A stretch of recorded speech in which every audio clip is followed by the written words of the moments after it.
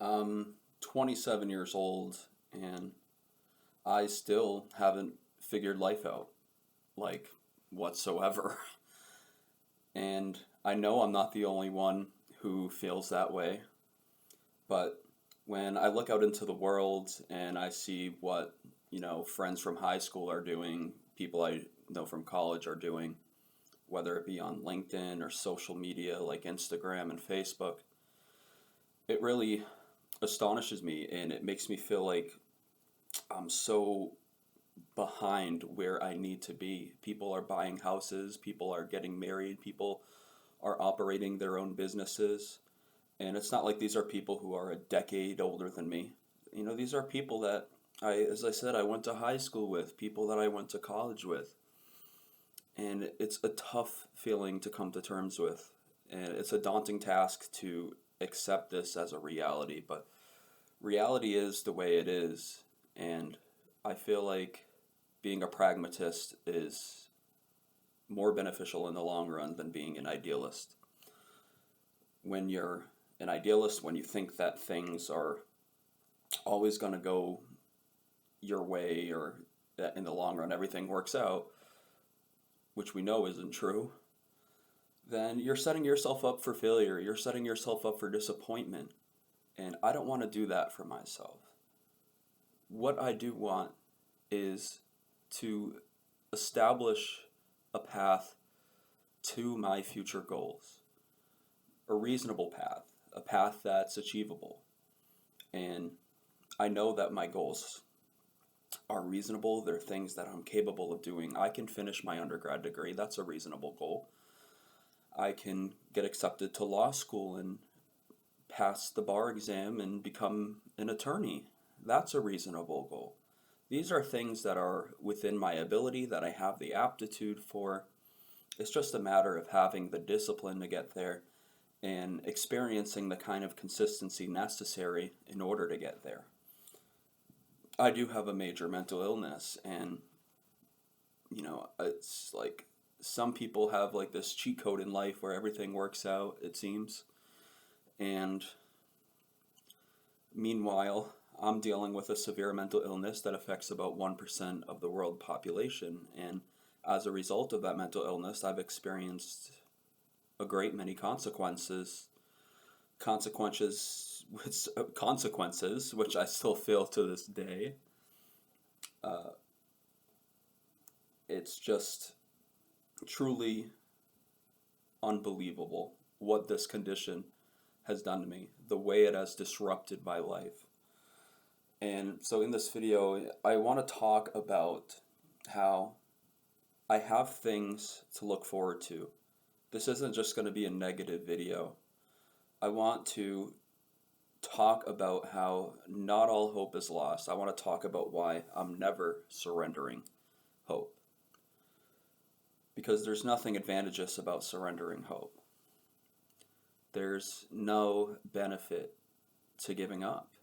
And one of the hardest realities I've had to learn in adulthood, and especially in the aftermath of my major manic episode with psychosis, is that in many cases, we are alone. People want to throw out there all the time that you're in the company of others and that you have people you can rely on, but that's not true for everybody.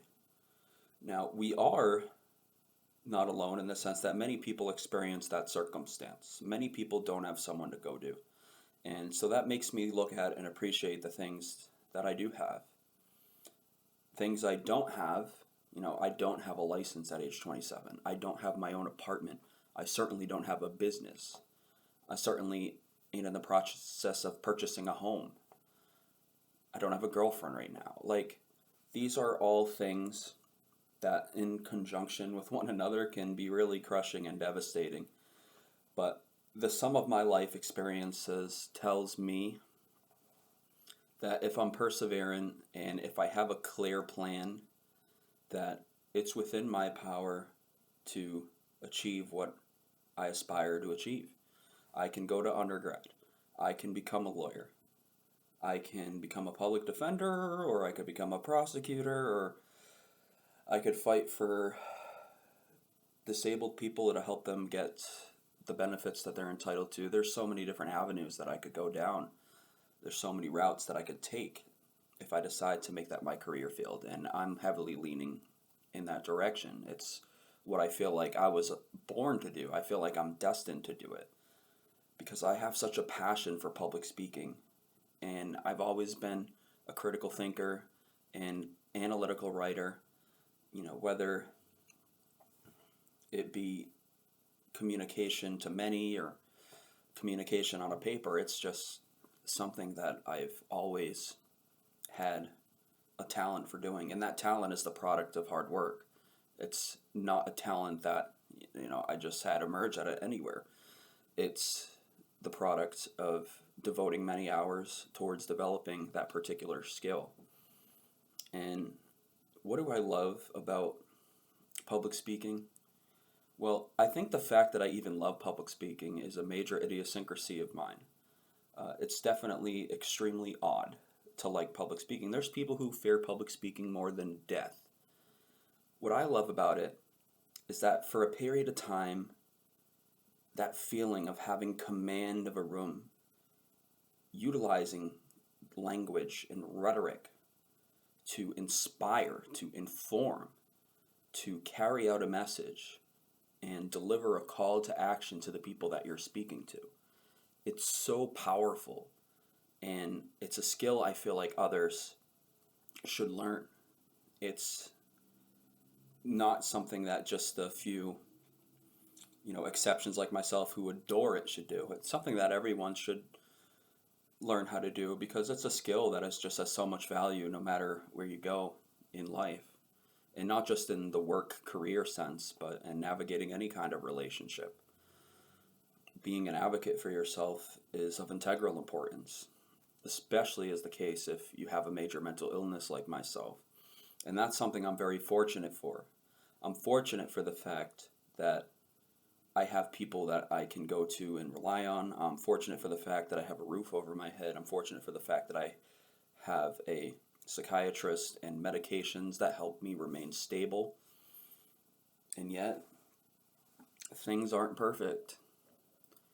I'm still trying to figure out how to get to my goals. I'm still trying to figure out how to make sure nothing like that manic episode ever happens again. But it's so much easier said than done.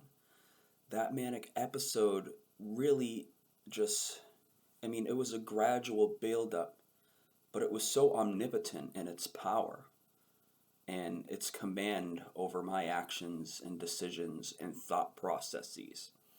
And so I'm terrified of the prospect of having another manic episode. And that's why I'm diligent in taking my medication. It's why I'm committed to sticking to my routines that I believe are healthy and utilizing coping mechanisms to help diminish the severe symptoms of bipolar disorder. I've come a long way on the depressive front as well. I experienced 2 years of depression. As those of you who watch my videos know, I wasn't always in this shape. I weighed 180 pounds. I weighed 165 pounds at one point in my life. But after that manic episode and during my depressive episode, I went to a peak of 354 pounds. And I'm still hovering in the 300s despite going to the gym because I just haven't maintained the consistency that I need. And that's where I need to do better personally. And I think that's something that we can all do is focus on the things that are within our control. Do the best that we can. The things that aren't within our control, why bother worrying about them? Yes, I'm worried about my bipolar disorder in the sense that I could have another manic episode, but that's something that is to a large extent within my control. So long as I stay on my medications and continue to receive treatment for the condition, the probability of me having another major manic episode is extremely low. It can happen, sure. And when it does, I'll address that. And hopefully the resources that I have surrounding me and the support system surrounding me will be able to help me more effectively than happened last time, because what transpired last time was unacceptable. hospital, a psych ward, released me back into the community at the beginning of my episode, despite me still having severe symptoms. I was still severely manic, talking incredibly fast, having delusions of grandeur about the people that I know, about my own abilities, and they released me back into the community under those circumstances. And so I went back into the community, and the symptoms exacerbated, the mania exacerbated, and I just became overwhelmed. And I don't want that to happen again. And I don't want to see that happen to other people either. It's just such a frightening experience. It's a nightmare that I wouldn't wish on anyone. So I have a lot that's on my mind, as you can probably tell. But I have a lot to look forward to. Even though I'm not where I want to be in life at this particular moment, I know going forward that I do have a purpose in this world. God did not make me for no reason. God didn't make you for no reason. We all have a purpose. And the obstacles we face may be different, but we are all capable of overcoming them. We are all capable of reaching our highest potential. And don't undervalue your potential. People in a wide array of difficult circumstances throughout history have rose from the ashes and achieved phenomenal things. Ordinary people have done extraordinary things. Every single day that's happening. It can happen to you, it can happen to me. And so don't give up, never surrender hope. And if you're like me and you're in your late 20s, early 30s, if you're any age and you feel like you don't got life figured out, just know that you are not the only one who feels that way, and it's okay to not be okay. It's okay if things are not perfect. At the end of the day, we are human. We are not saints.